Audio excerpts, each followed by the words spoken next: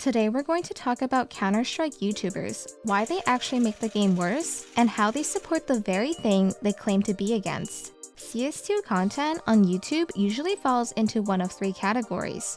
The first one is gambling or opening cases, which, yes, is literally the same thing despite what Valve says. Second is gameplay or matchmaking content, which one example would be a Road to Global series, but now I guess it would be Road to 30k ELO instead. The last one is some form of cheater content that is used for views, which is what we're going to be talking about today. Most of the big CS YouTubers all constantly upload cheating content in some way, shape, or form. First, we have the lowest hanging fruit, which is watching someone's demo and treating it as if it was Overwatch. This would be fine, except that you can usually tell if someone is cheating within the first 10 seconds of the video. They're usually blatantly obvious and move like bots. The problem is, unlike Overwatch, where the suspect was anonymous, here they know exactly who they're spectating and they're always quick to call out cheats no matter what, because every CS player is paranoid and calls cheats out on everything, and they also don't want to look dumb in front of their viewers. Their minds are usually made up before they even watch the demo. Then we have the pointless speculation videos. You know, the videos where they whine and complain why Valve doesn't ban cheaters. Sometimes they'll interview some random no-name cheater and get their so-called insightful info from them. Usually, it's very shallow and surface-level information that anyone that has played CS for more than 200 hours would know. The thing is, they don't actually care about the answer or even if the information they get is correct or not. They aren't making the video in order to motivate or pressure Valve into fixing the game. They're only doing it for views and money. As much as they cry about cheaters ruining the game, they actually very much need cheaters. Without cheaters, they'd have no content and nothing to talk about. Videos about cheaters always get a lot of views. People don't want to admit it, but most of them find videos about cheaters the most entertaining. Even if the video is making fun of some garbage cheater, it's still more entertaining than some random matchmaking video. They're all aware that videos about cheaters get the most views. Let's look at Flom's recent video. Cheaters in CS Premier Season 2 are bad. That title alone is already more interesting than his last 10 videos. You can see why this video has way more views compared to all of his other ones. None of them even come close. His educational videos are neat, but sadly, those videos didn't do that well. Even the major pick'em videos aren't even that close. But to be fair to Flom, he hardly ever makes videos about cheaters, and compared to some others I'm going to talk about, he's Mother Teresa. Then we have neokCS, which right away you can see the difference between videos about cheaters and videos that aren't about cheaters. We go from an average of 200,000 views a video to 40,000 views a video, so expect way more videos about cheaters from neokCS. Next, we have Ren, where almost every single video contains the words cheat, cheater, or cheating. He almost exclusively only uploads videos about cheaters. And as you can see, the videos actually do pretty well. Why fix something that isn't broken? Next, we have Dima Aimbots, Dima Wall Hacks, Dima Spinbot, whatever you want to call him. Now, credit to him, only a third of his videos are about cheaters. He actually puts in effort and makes videos with different gimmicks, which I'll get into later. Despite that, Dima still does exploit cheaters for content, and he still does the lazy reviewing cheaters demos to see if Cheater McGee is actually cheating.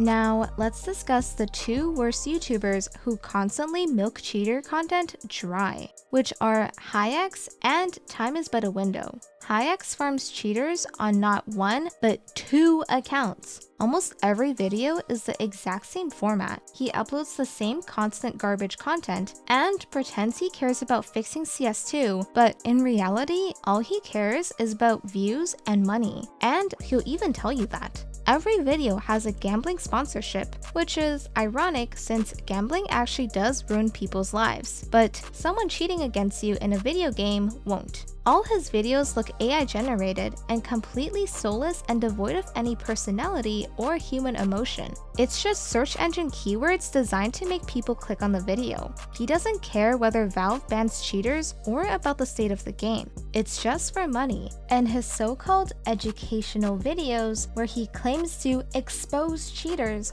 are just shallow milking cheaters for views. He doesn't actually know or care about what he's talking about.